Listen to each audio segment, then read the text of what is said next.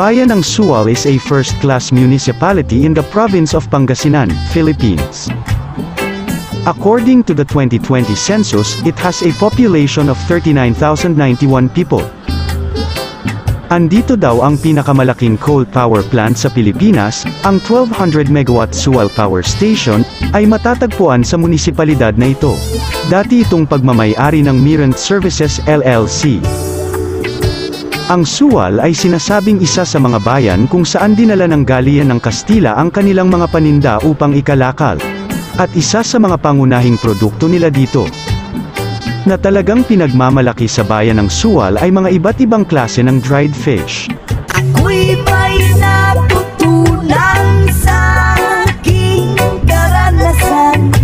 Mali ang magmahalagan ng lubusan.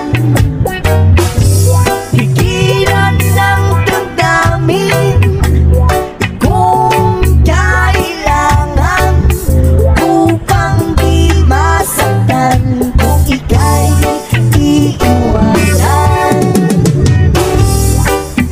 Kasalanan bang mahalin ka ng lubusan upang ako'y iyong iwanan? Bakit kung sino ba ang totohanan? Siya ba nililisan?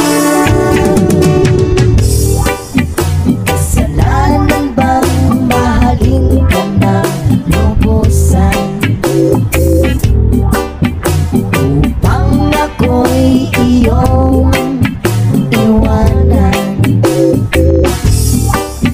Bakit kung sino ba ang totohanan?